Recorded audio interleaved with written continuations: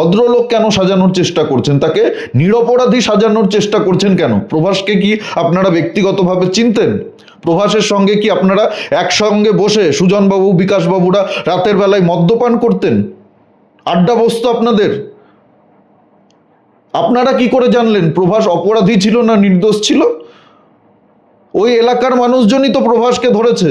নমস্কার, আমি দিবাকর, আপনারা দেখছেন জাগরণ বাংলা। প্রভাস মণ্ডল বারুইপুরের ঘটনাতে যে অপরাধীকে পুলিশ খরচ করে দিয়েছে, সেই প্রভাস মণ্ডল নাকি ভদ্রলোক ছিল, নির্দোষ ছিল, সে নাকি কোনো অপরাধী করেনি। এই কথাটা কে বলছে জানেন? এই কথাটা বলছে কমরেড বিকাশ রঞ্জন ভট্টাচার্য, সিপিএম নেতা বিকাশ রঞ্জন ভট্টাচার্য। ওদিকে যে মেয়েটার সঙ্গে এই ঘটনা ঘটেছে বারুইপুরে, সেই মেয়েটার বাবা মা বলছে প্রভাস অপরাধী ছিল, প্রভাসের মা বলছে প্রভাস অপরাধী ছিল, প্রভাসের বউ বলছে প্রভাসের চরিত্র খারাপ ছিল, এই ধরনের নোংরামি প্রভাস আগেও করেছে, বউয়ের ওপরে নির্যাতন করত। প্রভাসের মা বলছে বেশ করেছে, যা করেছে পুলিশ বেশ করেছে। প্রভাসের বউ বলছে পুলিশ বেশ করেছে। এটাই হওয়া উচিত। যে মেয়েটার সঙ্গে এই ঘটনা ঘটেছে, যাকে ঘিরে এত তোলপাড় গোটা রাজ্য, সেই মেয়েটার বাবা মা বলছে যে প্রভাস অপরাধী ছিল, পুলিশ যেটা করেছে ঠিক করেছে, সঠিক কাজ করেছে। কিন্তু বিকাশ রঞ্জন ভট্টাচার্যের কাছে প্রভাস মণ্ডলের মতো অপরাধীরা, জঘন্য অপরাধীরা ভদ্রলোক, তারা নির্দোষ। এখানে একটা থিওরি মানুষকে খাওয়ানোর চেষ্টা করা হচ্ছে যে আসল অপরাধীদেরকে বাঁচানোর জন্য, তাদেরকে রক্ষা করার জন্য নাকি পুলিশ এই প্রভাস মণ্ডলকে কাউন্টার করে দিয়েছে। এখানে আপনারা একটা সহজ বিষয় আমাকে বুঝিয়ে বলুন, যে ঘটনাটা ঘটেছে সেখানে কোনো প্রভাবশালী নেতার নাম এসছে কি? কোনো বিজেপির বিধায়ক, বিজেপির সাংসদ, বিজেপির নেতা বা মুখ্যমন্ত্রীর পরিবারের কেউ এই ঘটনার সঙ্গে জড়িত এরকম কোনো অভিযোগ এখনো পর্যন্ত কি কেউ করতে পেরেছে? সিপিএম, তৃণমূল, অন্য বিরোধী রাজনৈতিক দলের কোনো একজন ব্যক্তি দেখাতে পারবেন যে অভিযোগ করেছে যে এই ঘটনার সঙ্গে বিজেপির অমুক নেতা জড়িত রয়েছে, অমুক নেতার পরিবারের দাদা ভাই জড়িত রয়েছে? যদি কোনো প্রভাবশালী ব্যক্তি জড়িত নাই থাকে, তাহলে পুলিশ কেন বাঁচানোর চেষ্টা করবে? কাকে বাঁচানোর চেষ্টা করবে? কী সব এইসব থিওরি মানুষকে খাওয়ানোর চেষ্টা করছেন আপনারা? মানুষকে বিভ্রান্ত করার চেষ্টা করছেন, মানুষকে ভুল বোঝানোর চেষ্টা করছেন। যেখানে পরিবারের, মেয়েটির পরিবারের লোকজন বলছে যেটা হয়েছে ঠিক হয়েছে, প্রভাস অপরাধী ছিল, প্রভাস এই ঘটনার সঙ্গে যুক্ত ছিল, প্রভাস এই কাজটা করেছে, প্রভাসের মা বলছে, প্রভাসের বউ বলছে, সেখানে আপনারা তাকে ভদ্রলোক কেন সাজানোর চেষ্টা করছেন, তাকে নিরপরাধী সাজানোর চেষ্টা করছেন কেন? প্রভাসকে কি আপনারা ব্যক্তিগতভাবে চিনতেন? প্রভাসের সঙ্গে কি আপনারা একসঙ্গে বসে সুজনবাবু বিকাশবাবুরা রাতের বেলায় মদ্যপান করতেন, আড্ডা বসতো আপনাদের? আপনারা কি করে জানলেন প্রভাস অপরাধী ছিল না নির্দোষ ছিল? ওই এলাকার মানুষজনই তো প্রভাসকে ধরেছে। ওই এলাকার মানুষজন বলছিল প্রভাস অপরাধী। বিজেপি নেতা প্রভাসকে থানায় ধরিয়ে দিয়েছে। যারা যারা অপরাধী তাদেরকে থানায় ধরিয়ে দিয়েছে বিজেপির নেতারা। এই বারুইপুরের ঘটনাটা ঘটার পরে সিপিএম নেতা সাদা চুল সুজন চক্রবর্তী না কুজন চক্রবর্তী, তিনি তো একেবারে চিৎকার করে বলছিলেন শুভেন্দু অধিকারী এখন কোথায়? শুভেন্দু অধিকারী ভোটের আগে বলেছিল সকালে জমা নেব, বিকালে খরচ করে দেব, কেন খরচ করছে না? খরচ করে দেখা ক্ষমতা থাকলে। সুজন চক্রবর্তী তো চিৎকার করছিল। এখন সরকার যখন খরচ করে দিয়েছে, জমা খরচের হিসেব যখন শুরু হয়ে গেছে, তখন আরেকজন সিপিএম নেতা বিকাশ রঞ্জন ভট্টাচার্য বলছে অপরাধী ভদ্রলোক ছিল। আমরা এইসব খরচ ঠরচ বিশ্বাস করি না, বিচার প্রক্রিয়ার মাধ্যমে শাস্তি দিতে হবে। কতজন বিচার প্রক্রিয়ার মাধ্যমে শাস্তি পেয়েছে? কতজন পেয়েছে বলুন তো আপনারা?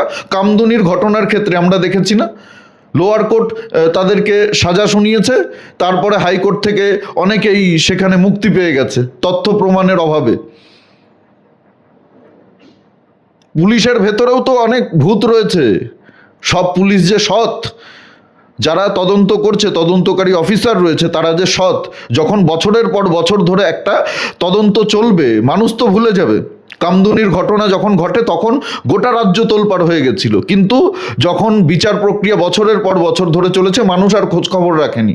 সেই সুযোগ নিয়ে কিছু কারাপ্টেড অফিসাররা কিছু তথ্য প্রমাণ এদিক ওদিক করে দিয়েছে, আদালতও তাদেরকে জামিন দিয়ে দিয়েছে। ভারতবর্ষের জুডিশিয়াল সিস্টেম এবং আইন ব্যবস্থা কীরকম সেটা আপনারাও খুব ভালো করে জানেন। এরকম একটা দুটো না, অনেক ঘটনার ক্ষেত্রেই আমরা দেখেছি নিম্ন আদালত তাদেরকে সাজা দিয়েছে, সর্বোচ্চ সাজা শুনিয়েছে, লোয়ার কোর্ট থেকে তারা একেবারে সর্বোচ্চ সাজা পেয়েছে, তারপরে হাইকোর্টে গেছে, সেখান থেকে তারা ছাড়া পেয়ে গেছে, তাদের সবাইকে বেকসুর খালাস করে দেওয়া হয়েছে। এরকম বহু ক্ষেত্রে আমরা দেখেছি, বহু ঘটনার 5 বছর 10 বছর লেগে যায়, বিচার প্রক্রিয়া চলতে থাকে। মানুষ ভুলে যায়। আজকে যারা চিৎকার চেঁচামেচি করছেন তারাই ভুলে যাবেন কি হয়েছিল, কামদুনি হয়েছিল, বারুইপুর হয়েছিল, হাঁসখালি হয়েছিল, সব ভুলে যাবেন, পার্ক স্ট্রিট হয়েছিল, ভুলে যাবেন। অভয়াকেও ভুলে গেছেন আপনারা অনেকেই। তো এখানে তো কোনো প্রভাবশালীর গল্প উঠে আসেনি, এখানে সরকার গিয়ে তথ্য প্রমাণ লোপাট করার চেষ্টা করেনি, বডিটা গিয়ে পুড়িয়ে দেওয়ার চেষ্টা করেনি। আজকে যারা এই জমা খরচের বিরুদ্ধে বড় বড় কথা বলছেন যে সংবিধান মেনে সরকারকে চলতে হবে, আইন মেনে শাস্তি দিতে হবে, বিচার ব্যবস্থার মধ্যে দিয়ে শাস্তি দিতে হবে, এইসব খরচ এগুলো সংবিধান বিরোধী, এগুলো হিউম্যান রাইটস বিরোধী, মানবাধিকার উল্লঙ্ঘন করে এগুলো। যারা এইসব কথা বলছেন তারা কোথায় ছিলেন যখন ওই ছেলেটাকে একেবারে সবাই মিলে ঘিরে ধরে দীপুচন্দ্র দাসের মতো শেষ করে দিল? তারপরে দেখা গেল ছেলেটা নির্দোষ ছিল, সে অপরাধ করেনি, তার সঙ্গে অপরাধের কোনো দূরান্তের কোনো সম্পর্ক ছিল না, একটা নিরীহ সাধারণ মানুষ। কোথায় ছিলেন আপনারা যখন প্রসেনজিৎকে ফুটবল খেলাকে কেন্দ্র করে, সেও তো একটা বাচ্চা ছেলে, তার সঙ্গে যখন ওই ঘটনাটা ঘটলো, 3-4 জন মিলে তাকে শেষ করে দিল, তখন আপনাদের এই মানবাধিকার কোথায় ছিল, হিউম্যান রাইটস কোথায় ছিল, তখন আপনাদের সংবিধান কোথায় ছিল? তার জন্য আপনারা কয়দিন রাস্তায় নেমেছেন? এইসব নোংরামি, এইসব আতলামি বন্ধ করুন। আপনাদের এইসব আতলামি দেখে বাংলার মানুষ আপনাদেরকে আরো বেশি ঘৃণা করে, আরো বেশি আপনাদেরকে ঘৃণা করে। আপনাদের মুখে থুতু দেয় বাংলার মানুষ। আপনারা মুখে একটা কথা বলেন আর করেন আর একটা। আপনারা গিরগিটির মতো রং বদলান। একদিকে সুজন চক্রবর্তী বলে খরচ করা হোক, জমা খরচের হিসাব শুরু করা হোক, আর একদিকে বিকাশ রঞ্জন ভট্টাচার্য বলে না, সে ভদ্রলোক ছিল, অপরাধী ভদ্রলোক ছিল, নিরীহ ছিল, নির্দোষ ছিল। মানে বিকাশ রঞ্জন ভট্টাচার্যের বাবা গিয়ে পুরো তদন্ত করে এসছে। তো এই দ্বিচারিতা বাংলার মানুষ আপনাদের খুব ভালো করেই বুঝে গেছে, আর সেই কারণেই আপনাদের এই পরিণতি, আপনাদের এই অবস্থা। কি আর বলবো, এই বিষয়ে আপনাদের কি মতামত অবশ্যই কমেন্টে জানাতে ভুলবেন না। আর যদি আমার সঙ্গে সহমত হন অবশ্যই ভিডিওটি প্রচুর পরিমাণে শেয়ার করুন, লাইক করুন। আমাদের জাগরণ বাংলা ইউটিউব চ্যানেলে নতুন হলে অবশ্যই চ্যানেলটি সাবস্ক্রাইব করে পাশে থাকুন, পাশের বেল আইকনটি প্রেস করে দিন। আমাদের প্রতিটি ভিডিওর নোটিফিকেশন আপনাদের কাছে সবার আগে পৌঁছে যাবে। সবাই খুব ভালো থাকুন, সুস্থ থাকুন, আশেপাশে সবার খেয়াল রাখুন। জয় হিন্দ, বন্দে মাতরম, ভারত মাতা কি জয়।